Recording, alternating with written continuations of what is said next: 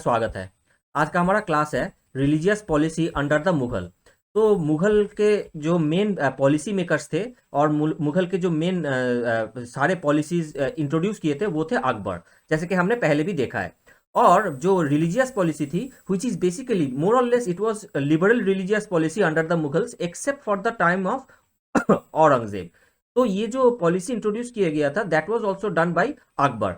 तो इस क्लास में हम पूरे एवोल्यूशन देखेंगे कि मुगल की जो रिलीजियस पॉलिसी थी वो कैसे इवॉल्व हुआ था। देखिए दोस्तों, Mughal dynasty was established by Babur, right. तो बाबर की जो पॉलिसी थी वो बेसिकली रिजिड पॉलिसी थी। लेकिन देखिए, बाबर ने कोई एज सच फिक्स्ड कोई पॉलिसी इंट्रोड्यूस किया नहीं था, क्योंकि उनका रूलिंग पीरियड ही बहुत शॉर्ट था। 1526 से लेकर के 1530 तक, सिर्फ 3-4 साल का। और इन इन दिस 3-4 ईयर्स उन्होंने जो सर्कमस्टांसेस, उन्होंने जो चैलेंजेस फेस किए थे, उसी की वजह से उनको एक रिजिड पॉलिसी फॉलो करना पड़ा था। पॉलिसीज किस चैलेंजेस किस टाइप के उन्होंने फेस किया था कि he had lost his Motherland, he had to face many Rajput rulers and he was trying to establish somewhere in India in a foreign land for the first time। तो ये सारे challenges उन्होंने face किया था। और उन्होंने जब राणा सांगा से वॉर लड़ा था इन द बैटल ऑफ खनवा, तो उनके जो सोल्जर्स थे उनको मोटिवेट करने के लिए, इंस्पायर करने के लिए उन्होंने जिहाद या फिर जो रिलीजियस एक जील है उसको अडॉप्ट किया था। लेकिन पर्सनली अगर देखा जाए, he was very much addicted to drinking. तो ये जो ड्रिंकिंग की जो हैबिट है this is considered to be un Islamic. तो अगर पर्सनली देखा जाए तो बाबर वाज नॉट ऑर्थोडॉक्स, लेकिन उनको अपने सर्कमस्टांसेस के वजह से उनको एक रिजिड पॉलिसी फॉलो करना पड़ा। ऊपर से in the next year in 1528 जब बैटल ऑफ चंदेरी में उन्होंने मेदिनी राय के खिलाफ लड़ा, वो भी एक राजपूत स्टेट के अगेंस्ट उन्होंने लड़ाई किया था, वहां पे भी उन्होंने रिलीजियस सेंटिमेंट को यूज किया था। रिलीजियस पॉलिसी थोड़ा सा फॉर्म होने लगता है from the time of Humayun, क्योंकि हुमायूं का टाइम पीरियड देखिए थोड़ा लंबा था बाबर से। और देखिए हुमायूं के जो लिबरल पॉलिसीज थी उसके एग्जाम्पल्स कहाँ पे मिलता है, जैसे कि जो रानी कर्णावती ऑफ मेवाड़, उनके खिलाफ जब गुजरात के बहादुर शाह ने अटैक किया था, तो उन्होंने राखी भेजा था हुमायूं को with the request for help. और इसको हुमायूं ने एक्सेप्ट भी किया था और उन्होंने उनके हेल्प के लिए वहां पे गए भी थे, एक्सपीडिशन भी चलाए थे बहादुर शाह के खिलाफ।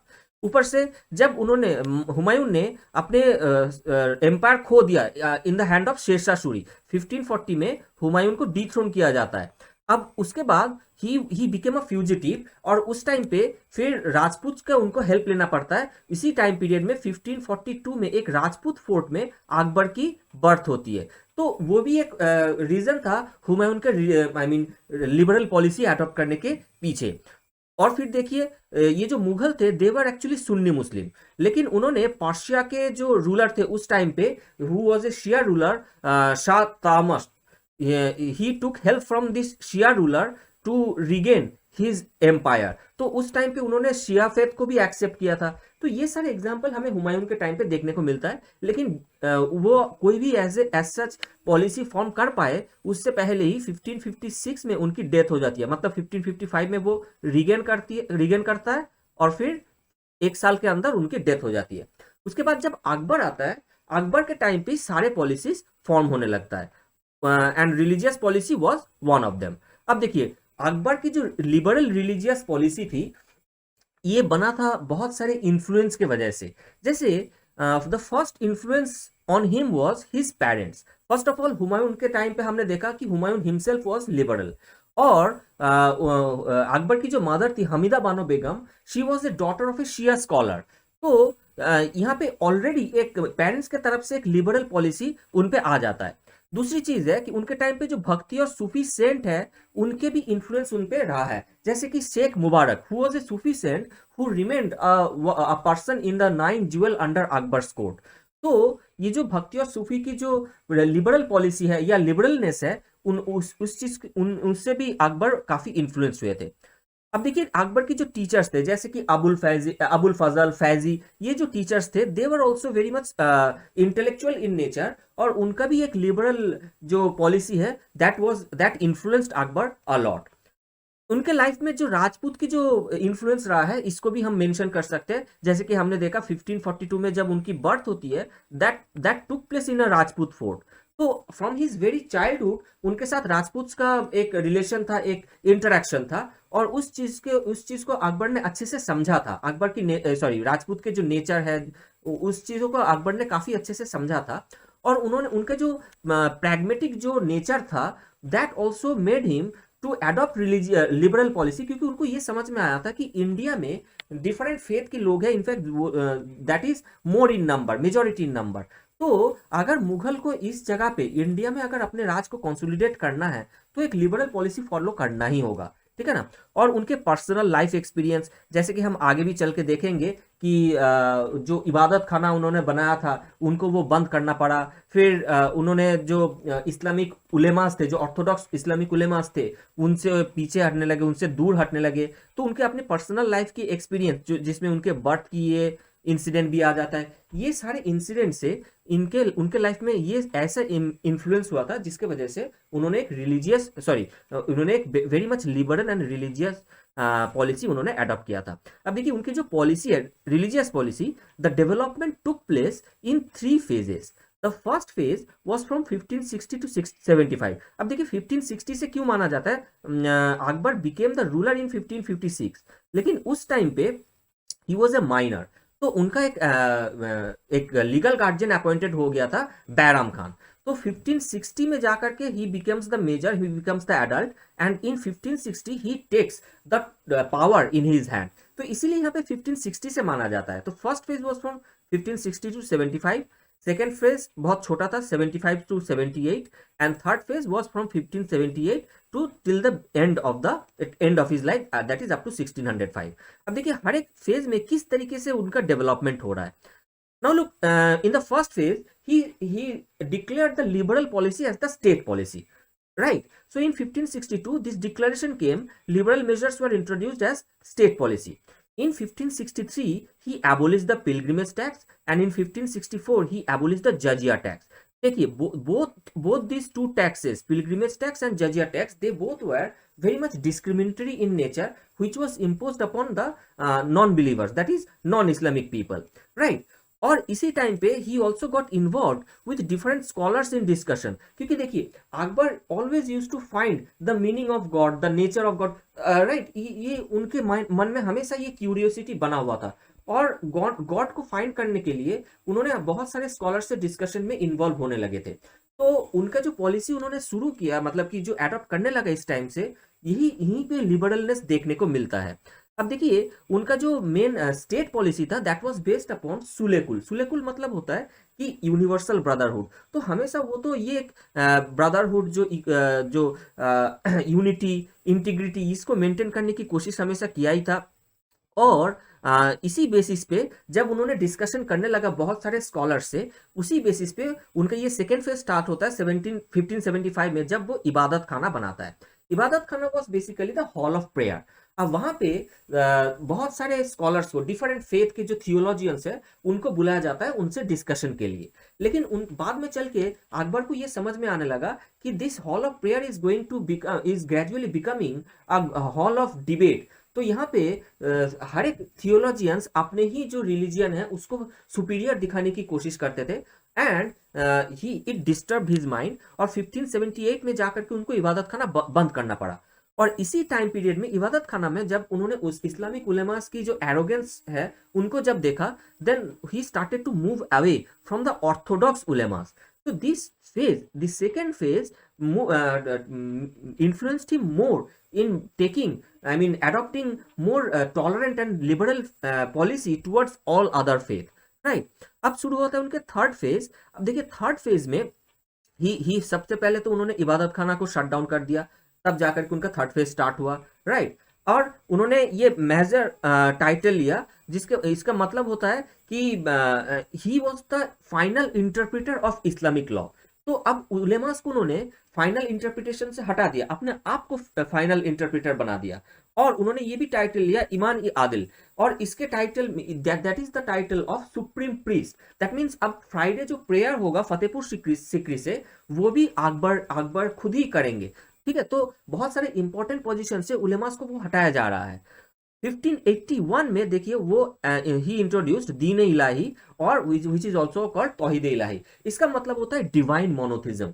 तो बहुत सारे हिस्टोरियंस हैं, कुछ कुछ हिस्टोरियंस हैं जिन्होंने ये कहा कि this was a separate religion introduced by Akbar, लेकिन ज्यादातर मैक्सिमम जो मॉडर्न हिस्टोरियंस है वो इस चीज को नहीं मानते। वो कहते हैं कि it was not a separate religion, it was kind of a code of conduct, right. And Bhagwan Das was the first person to adopt Din Ilahi, this practices, right. So it was not basically a separate religion. और देखिए 1603 में some royal family members were given permission to convert to Christianity। तो इस type के examples बहुत कम ही हैं जो medieval India में हमें देखने को मिलता है। तो अकबर की ये जो पॉलिसीज थी ये बहुत ही ज्यादा लिबरल था, which is very much remarkable given the time period he was ruling India, right। अब देखिए अकबर के बाद जहांगीर और शाहजहां आता है।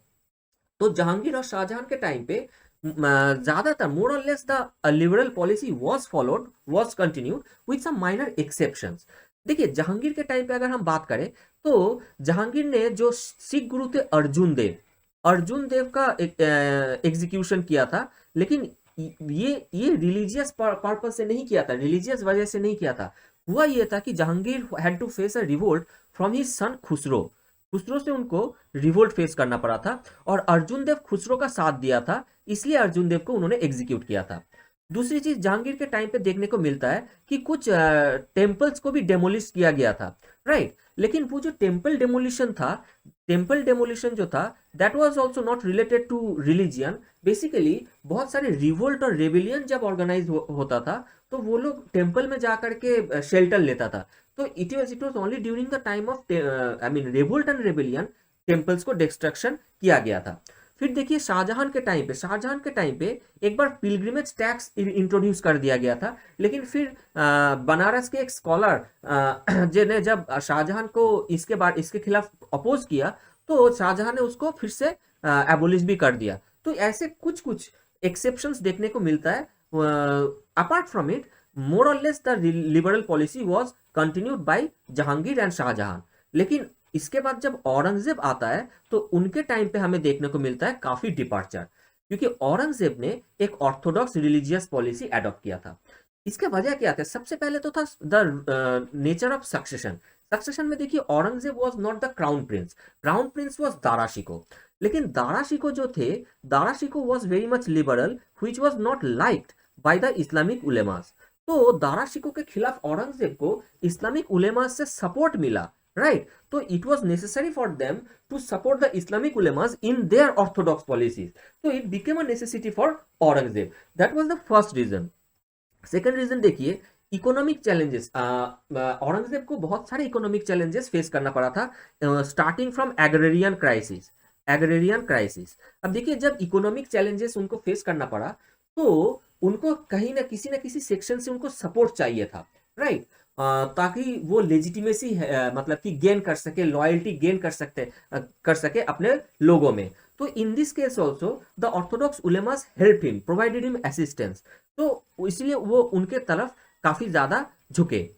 ही also had to face many revolt. उनके टाइम पे जो चैलेंजेस, जो क्राइसिस शुरू हो गया था जिसके वजह से बहुत सारे रिवोल्ट उनको फेस करना पड़ा था, जैसे कि जाट, राइट, सिख, मराठा, सतनमी, ऐसे बहुत सारे लोगों से उनको रिवोल्ट फेस करना पड़ा था। तो इन सारे रिवोल्ट के टाइम पे भी उनको ये लगने लगा कि he started to move away from all other religion, और वो मतलब कि इस्लाम में बहुत ज्यादा रिजिड बनते चले गए। Fourth reason was that change in the Rajput relations. उनके टाइम पे राजपूत रिलेशंस में भी काफी चेंजेस आ रहे थे, और इसके बारे में डिटेल में हम एक नेक्स्ट क्लास में डिस्कस करेंगे in the Mughal Rajput policy या मुगल राजपूत रिलेशन। वहां पे हम और डिटेल्स में देखेंगे कि किस तरीके से राजपूत रिलेशन में चेंज आया था during the time of Aurangzeb. And his personal conviction, of course this was also another reason, क्योंकि देखिए he was Sunni Muslim and he उनके जो पर्सनल कन्विक्शन था जिसके वजह से उन्होंने अपने आप को जिंदा पीर या लिविंग सेंट डिक्लेयर किया था, इसका भी एक इन्फ्लुएंस देखने को मिलता है। जैसे कि साउथ इंडिया के डेक्कन के जो बहुत सारे स्टेट था, जैसे कि बीजापुर, गोलकोंडा, ऐसे ये जो स्टेट्स थे, this in this state the rulers were Shia rulers, और उन्होंने उनके तरफ एक रिलीजियस इंटॉलरेंस दिखाया और उन सारे राज्य को, उन सारे स्टेट्स को कैप्चर किया, एनेक्स किया, राइट। तो वहां पे भी उनकी ये ऑर्थोडॉक्स पॉलिसीज देखने को मिलता है। और इनके जो एग्जाम्पल्स है ऐसे तो बहुत सारा है, जैसे कि बहुत सारे टेम्पल्स डेमोलिशन का काम किया था उन्होंने, पिलग्रिमेज और जजिया टैक्स री इम्पोज किया था, फोर्सफुल कन्वर्जन ऑफ प्रिजनर उन्होंने कंटिन्यू किया था, मतलब कि फिर से बहुत आई मीन रैपिड तरीके से उन्होंने चलाया था। In the court, in the royal court उन्होंने म्यूजिक जो सिंगिंग था दैट वाज बैंड, क्योंकि that was considered to be un Islamic. बहुत सारे पेंटिंग, एक चीज यहाँ पे बताना मैं तो भूल गया, जैसे कि painting is considered to be un Islamic, right. तो जहांगीर के टाइम पे हमें क्या देखने को मिलता है कि Jahangir himself was a big painter, और शाहजहां के टाइम पे भी पेंटर्स थे, लेकिन औरंगजेब के टाइम पे all this paintings, majority of the paintings were white washed, right, because it was considered to be un Islamic. तो ऐसे बहुत सारे एग्जाम्पल्स हमें देखने को मिलता है औरंगजेब के टाइम पे, which defines his Orthodox religious policy, right. So this is the main context of the Mughal religious policy. अब देखिए क्वेश्चन आप लोगों के सामने मैं रख रहा हूं कि what was the significance of liberal religious policy of Akbar in consolidation of Mughal empire. क्या मुगल एम्पायर की सशक्तिकरण में अकबर की लिबरल रिलीजियस पॉलिसी की कोई कंट्रीब्यूशन था, और अगर था तो वो क्या था? ठीक है, इसका आंसर लिखने की कोशिश कीजिए। हम लोग मिलते हैं नेक्स्ट क्लास में। Thank you.